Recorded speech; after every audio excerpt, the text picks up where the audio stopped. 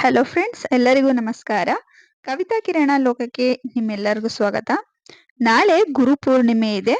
ಮನೆಯಲ್ಲಿ ಯಾವ ರೀತಿ ಪೂಜೆಯನ್ನ ಮಾಡಬೇಕು, ಮನೆಯಲ್ಲಿ ನಾವು ಗುರುಪೂರ್ಣಿಮೆಯ ದಿನ ಪೂಜೆಯನ್ನ ಮಾಡೋದ್ರಿಂದ ಏನೆಲ್ಲ ಲಾಭಗಳು ದೊರೆಯುತ್ತೆ, ಹಾಗೇನೆ ಯಾವ ಸಮಯದಲ್ಲಿ ಈ ಒಂದು ಗುರುಪೂರ್ಣಿಮೆಯನ್ನ ಆಚರಿಸಬೇಕು ಅಂತ ಇವತ್ತಿನ ವಿಡಿಯೋದಲ್ಲಿ ಸಂಪೂರ್ಣವಾಗಿ ತಿಳ್ಕೊಳ್ಳೋಣ ಸ್ನೇಹಿತರೆ. ಅದಕ್ಕಿಂತ ಮುಂಚೆ ಯಾರೆಲ್ಲ ನಮ್ಮ ಚಾನಲ್ನ ಫಸ್ಟ್ ಟೈಮ್ ನೋಡ್ತಿದ್ರೋ ಪ್ಲೀಸ್ ರಿಕ್ವೆಸ್ಟ್ ಮಾಡ್ತಿದ್ದೀನಿ, ನಮ್ಮ ಚಾನಲ್ನ ಸಬ್ಸ್ಕ್ರೈಬ್ ಮಾಡ್ಕೊಂಡು ನೋಡಿ. ಈ ವಿಡಿಯೋ ಇಷ್ಟ ಆದ್ರೆ ಒಂದು ಲೈಕ್ ಕೊಡೋದನ್ನ ಮರಿಬೇಡಿ. ಬನ್ನಿ ಹಾಗಿದ್ರೆ ವಿಡಿಯೋನ ಶುರು ಮಾಡೋಣ.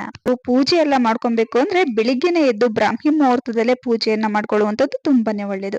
ಇನ್ನು ಗುರುಪೂರ್ಣಿಮೆಯಲ್ಲಿ ವಿಶೇಷತೆ ಏನಂದ್ರೆ, ವಿಶೇಷವಾಗಿ ಎಲ್ಲರೂ ಕೂಡ ಪ್ರತಿ ಹುಣ್ಣಿಮೆಯು ಕೂಡ ತಮ್ಮ ಮನೆ ದೇವರ, ಕುಲದೇವರ ಮತ್ತೆ ಲಕ್ಷ್ಮೀ ನಾರಾಯಣರ ಸಮೇತ ಪೂಜೆಯನ್ನ ಮಾಡ್ತಿರ್ತಾರೆ. ಈ ಒಂದು ಗುರುಪೂರ್ಣಿಮೆಯಲ್ಲಿ ಶ್ರೀ ಸಾಯಿಬಾಬಾ ಹಾಗೆಯೇ ರಾಘವೇಂದ್ರ ಸ್ವಾಮಿಗಳನ್ನ ಆರಾಧನೆಯನ್ನ ಮಾಡುವಂಥದ್ದು ವಿಶೇಷ ಫಲಗಳನ್ನ ತಂದುಕೊಡುತ್ತೆ ಅಂತ ಹೇಳ್ತಾರೆ. ಹಾಗಾಗಿ ಯಾರೆಲ್ಲ ನೀವು ಗುರು ರಾಘವೇಂದ್ರರ ಒಂದು ವ್ರತವನ್ನ ಮಾಡ್ಬೇಕು ಅನ್ಕೊಂಡಿರ್ತೀರೋ ಅಥವಾ ಸಾಯಿಬಾಬಾನ ವ್ರತವನ್ನ ಆಚರಣೆಯನ್ನ ಮಾಡ್ಬೇಕು ಅಂತ ಅನ್ಕೊಂಡಿರ್ತೀರೋ, ಈ ಒಂದು ಪೂರ್ಣಿಮೆ ದಿನ ನೀವು ಪ್ರಾರಂಭವನ್ನ ಮಾಡಿದ್ರೆ ತುಂಬಾನೇ ಒಳ್ಳೇದಾಗುತ್ತೆ.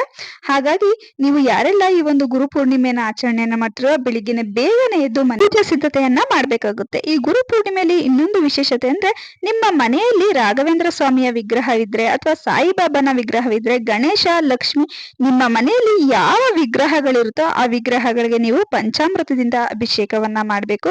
ಅದಾದ್ಮೇಲೆ ನೀವು ಪೂಜೆ ಸಿದ್ಧತೆಯನ್ನ ಮಾಡ್ಬೇಕು.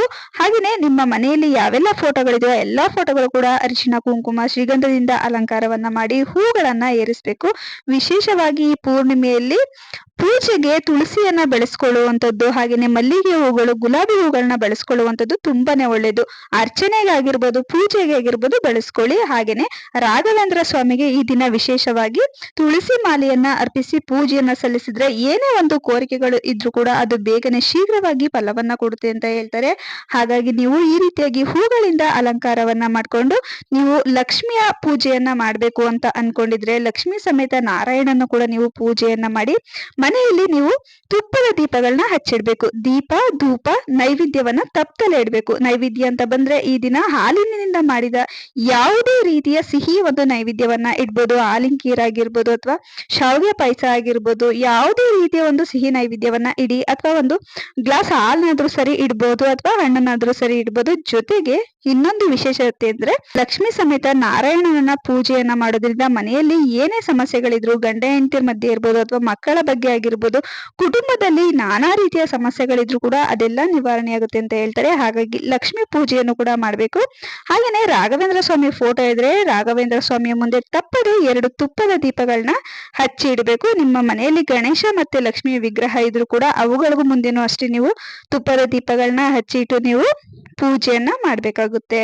ಪ್ರತಿಯೊಂದು ಹುಣ್ಣಿಮೆಯೂ ಕೂಡ ಅದರದ್ದೇ ಆದಂತ ಮಹತ್ವ ಇರುತ್ತೆ. ಹುಣ್ಣಿಮೆ ದಿನ ಯಾಕೆ ನಾವು ವಿಶೇಷವಾಗಿ ಪೂಜೆಯನ್ನ ಮಾಡ್ಬೇಕು ಅಂತಂದ್ರೆ, ಪ್ರತಿ ಹುಣ್ಣಿಮೆ ಮತ್ತು ಅಮಾವಾಸ್ಯೆಗೂ ಕೂಡ ಹೆಚ್ಚಿನ ಮಹತ್ವ ಇದೆ. ಯಾಕಂದ್ರೆ ಆ ದಿನ ಹೆಚ್ಚಿನ ಮಟ್ಟಿಗೆ ಕೆಲವೊಬ್ರು ಮಾಟ ಮಂತ್ರ ತಂತ್ರಗಳನ್ನ ಮಾಡ್ತಿರ್ತಾರೆ. ಕೆಟ್ಟ ಶಕ್ತಿಗಳು ಪ್ರಭಾವವನ್ನ ಹೆಚ್ಚಿಸುವಂತ ಒಂದು ಅಂಶವನ್ನ ಉಂಟು ಮಾಡುವ ದಿನ ಅಂತಾನೆ ಹೇಳ್ಬೋದು. ಆದ್ರಿಂದ ಈ ದಿನ ಮನೆಯಲ್ಲಿ ಸಾತ್ವಿಕ ಆಹಾರವನ್ನ ಸೇವನೆ ಮಾಡಿ ದೀಪ, ಧೂಪ, ನೈವೇದ್ಯವನ್ನ ತೋರಿಸಿ ದೇವರ ಆರಾಧನೆಯನ್ನ ಮಾಡೋದ್ರಿಂದ ಯಾವುದೇ ರೀತಿಯ ಕೆಟ್ಟ ಪರಿಣಾಮಗಳು ನಮ್ಮ ಮನೆ ಮೇಲೆ ಆಗ್ಲಿ, ನಮ್ಮ ಕುಟುಂಬದ ಮೇಲೆ ಆಗ್ಲಿ ಆಗೋದಕ್ಕೆ ದೈವಶಕ್ತಿ ಅನ್ನೋದು ಬಿಡೋದಿಲ್ಲ ಅಂತ ಹೇಳ್ತಾರೆ. ಹಾಗಾಗಿ ಪ್ರತಿಯೊಬ್ರು ಕೂಡ ಹುಣ್ಣಿಮೆ ದಿನ ದೈವಶಕ್ತಿಯನ್ನ ಆರಾಧನೆಯನ್ನ ಮಾಡಬೇಕು. ಮನೆಯಲ್ಲಿ ದೀಪವನ್ನ ಹಚ್ಚಬೇಕು, ಧೂಪವನ್ನ ತೋರಿಸ್ಬೇಕು ಅಂತ ಹೇಳ್ತಾರೆ. ಇದೇ ಒಂದು ಕಾರಣಕ್ಕಾಗಿ ಪ್ರತಿಯೊಬ್ರು ಕೂಡ ಮನೆಯಲ್ಲಿ ಹುಣ್ಣಿಮೆ ದಿನ ತುಪ್ಪದ ದೀಪವನ್ನ ಹಚ್ಚಿಡ್ಬೇಕು. ಯಾಕಂದ್ರೆ ತುಪ್ಪದ ದೀಪ ಮನೆಯಲ್ಲಿ ಉರಿದ್ರೆ ಎಂಥದ್ದೇ ನೆಗೆಟಿವಿಟಿ ಇದ್ರೂ ಕೂಡ ಆದಷ್ಟು ಬೇಗನೆ ಕಡಿಮೆ ಆಗುತ್ತಂತೆ. ಹಾಗೇನೆ ಧೂಪವನ್ನು ಹಾಕೋದ್ರಿಂದ ಅಷ್ಟೇ ಮನೆಯಲ್ಲಿ ಯಾವುದೇ ರೀತಿಯ ಕೆಟ್ಟ ಶಕ್ತಿಗಳು, ದುಷ್ಟಶಕ್ತಿಗಳು ಇದ್ರೂ ಕೂಡ ಅದು ಆದಷ್ಟು ಬೇಗನೆ ರಿಮೂವ್ ಆಗುತ್ತೆ ಅಂತ ಹೇಳ್ತಾರೆ. ಇದೇ ಕಾರಣಕ್ಕೆ ಪ್ರತಿ ಮನೆಯಲ್ಲೂ ಹುಣ್ಣಿಮೆ ದಿನ, ಅಮಾವಾಸ್ಯೆ ದಿನ ಮನೆಯಲ್ಲಿ ದೀಪ, ಧೂಪ, ನೈವೇದ್ಯವನ್ನ ತೋರಿಸಿ ನಾವು ದೇವರ ಆರಾಧನೆಯನ್ನ ಮಾಡ್ಬೇಕು. ನಮ್ಮ ಕುಲದೇವರ, ಮನೆ ದೇವರ ಆರಾಧನೆಯನ್ನ ಮಾಡ್ಬೇಕು. ಲಕ್ಷ್ಮಿ ಸಮೇತ ನಾರಾಯಣನ ಪೂಜೆಯನ್ನ ಮಾಡ್ಬೇಕು. ಇದರಿಂದ ನಮಗೆ ದೈವಿಕ ಶಕ್ತಿ ಅನ್ನೋದು ಹೆಚ್ಚಾಗ್ತಾ ಬರುತ್ತೆ. ಯಾವುದೇ ಕೆಟ್ಟ ಶಕ್ತಿಗಳು ನಮ್ಮ ಮೇಲೆ ಯಾವುದೇ ರೀತಿಯ ಪ್ರಭಾವವನ್ನ ಉಂಟು ಮಾಡೋದಿಲ್ಲ ಅಂತ ಹೇಳ್ತಾರೆ. ಹಾಗಾಗಿ ಪ್ರತಿಯೊಬ್ರು ಕೂಡ ಈ ಒಂದು ಹುಣ್ಣಿಮೆ ದಿನ ನೀವು ರಾಘವೇಂದ್ರ ಸ್ವಾಮಿ, ಲಕ್ಷ್ಮಿ ಸಮೇತ ನಾರಾಯಣನ ಪೂಜೆ, ಶ್ರೀ ಸಾಯಿಬಾಬಾ ಪೂಜೆಯನ್ನ ಮಾಡುವಂತದ್ದು ತುಂಬಾನೇ ಒಳ್ಳೆ ಫಲಗಳನ್ನ ಕೊಡುತ್ತೆ ಸ್ನೇಹಿತರೆ. ಇನ್ನು ಹುಣ್ಣಿಮೆ ದಿನ ನಾವು ಮನೆಯಲ್ಲಿ ಸ್ವಸ್ತಿಕ್ ಚಿಹ್ನೆಯನ್ನ ಬರೆಯೋದು ಕೂಡ ಅಷ್ಟೇ ಉಪಯೋಗಗಳನ್ನ ತಂದುಕೊಡುತ್ತೆ ಅಂತ ಹೇಳ್ಬೋದು. ಮನೆಯ ಹೊಸ್ತಿಲ ಮುಂಭಾಗದಲ್ಲಿ ಆಗಿರ್ಬೋದು ಅಥವಾ ಮೇನ್ ಡೋರ್ ಮೇಲೆ ಮತ್ತೆ ದೇವರ ಮನೆಯಲ್ಲಿ ಅಡಿಗೆ ಮನೆಯಲ್ಲಿ ಸ್ವಸ್ತಿಕ್ ಚಿಹ್ನೆಯನ್ನ ಬರೆಯೋದು ಕೂಡ ತುಂಬಾನೇ ಫಲಕಾರಿ.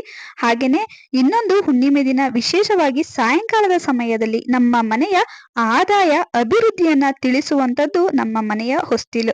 ಆದ್ರಿಂದ ನಾವು ಹೊಸ್ತಿಲ ಪೂಜೆಯನ್ನ ಮಾಡುವಂತದ್ದು ತುಂಬಾನೇ ಒಳ್ಳೆಯದು.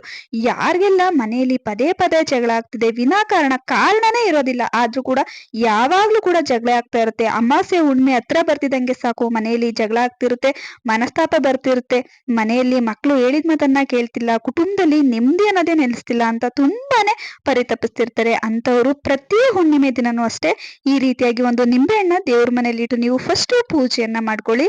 ನೀವು ಯಾವ ಒಂದು ಕಾರಣಕ್ಕಾಗಿ ಈ ಒಂದು ನಿಂಬೆಹಣ್ಣ ನೀವು ಕಟ್ ಮಾಡಿ ಇಡ್ತಿದ್ದೀರಾ, ಯಾವ ಪ್ರಾಬ್ಲಮ್ ಸಾಲ್ವ್ ಆಗ್ಬೇಕು ಅಂತ ನೀವು ಬೇಡ್ಕೊಂಡು ಹೊಸ್ತಿಲನ್ನು ನೀವು ತೊಳೆದು ಈ ರೀತಿಯಾಗಿ ರಂಗೋಲಿಯನ್ನ ಹಾಕಿ ತುಪ್ಪದ ದೀಪಗಳನ್ನ ಹಚ್ಚಿಡಿ ಬಾಗ್ಲಲ್ಲಿ.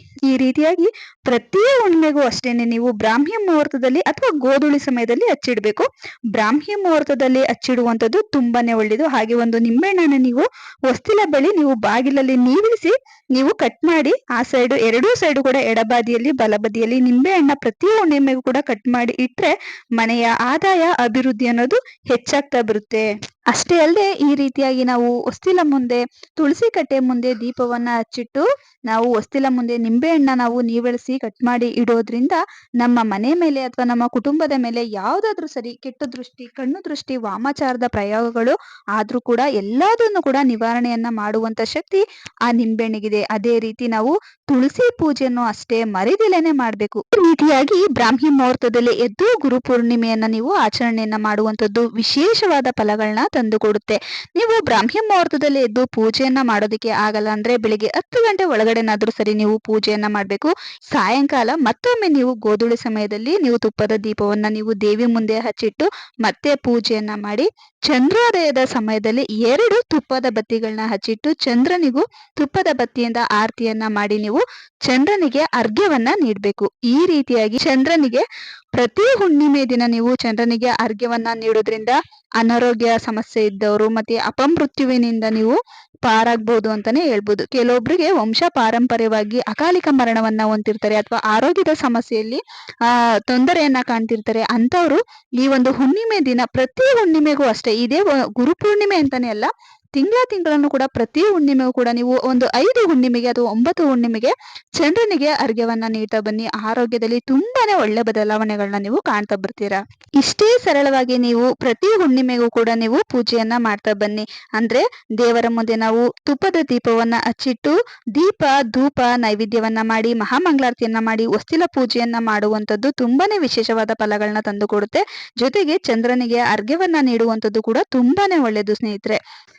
ನೋಡಿರಲ್ವಾ ಗುರು ಪೂರ್ಣಿಮೆನ ನಾವು ಯಾವ ರೀತಿ ಸರಳವಾಗಿ ಪೂಜೆಯನ್ನ ಮಾಡ್ಬೇಕು, ಯಾವ ಸಮಯದಲ್ಲಿ ಪೂಜೆಯನ್ನ ಮಾಡ್ಬೇಕು ಅಂತ ಸಂಪೂರ್ಣ ಮಾಹಿತಿನ ನಿಮ್ಗೆ ತಿಳಿಸ್ಕೊಟ್ಟಿದ್ದೀನಿ ಸ್ನೇಹಿತರೆ. ಇವತ್ತಿನ ಈ ಮಾಹಿತಿ ನಿಮ್ಗೆಲ್ಲ ಇಷ್ಟ ಆಗಿದ್ರೆ ಯಾರೆಲ್ಲ ನಮ್ಮ ಚಾನಲ್ನ ಫಸ್ಟ್ ಟೈಮ್ ನೋಡ್ತಿದ್ರು ಪ್ಲೀಸ್ ರಿಕ್ವೆಸ್ಟ್ ಮಾಡ್ತಿದ್ದೀನಿ, ನಮ್ಮ ಚಾನಲ್ನ ಸಬ್ಸ್ಕ್ರೈಬ್ ಮಾಡ್ಕೊಂಡು ನೋಡಿ. ಈ ವಿಡಿಯೋಗೆ ಒಂದು ಲೈಕ್ ಕೊಡೋದನ್ನ ಮರಿಬೇಡಿ ಸ್ನೇಹಿತರೆ. ಮುಂದಿನ ವಿಡಿಯೋಗಳಲ್ಲಿ ಹೆಚ್ಚಿನ ಮಾಹಿತಿಯೊಂದಿಗೆ ಸಿಗೋಣ. ಇಲ್ಲಿವರೆಗೂ ನಮ್ಮ ಚಾನಲ್ ಇರೋ ಪ್ರತಿಯೊಂದು ಉಪಯುಕ್ತ ಮಾಹಿತಿಯನ್ನ ನೋಡ್ತೀರಿ, ನಮ್ಗೆ ಹೀಗೆ ಸಪೋರ್ಟ್ ಮಾಡ್ತೀರಿ. Thank you.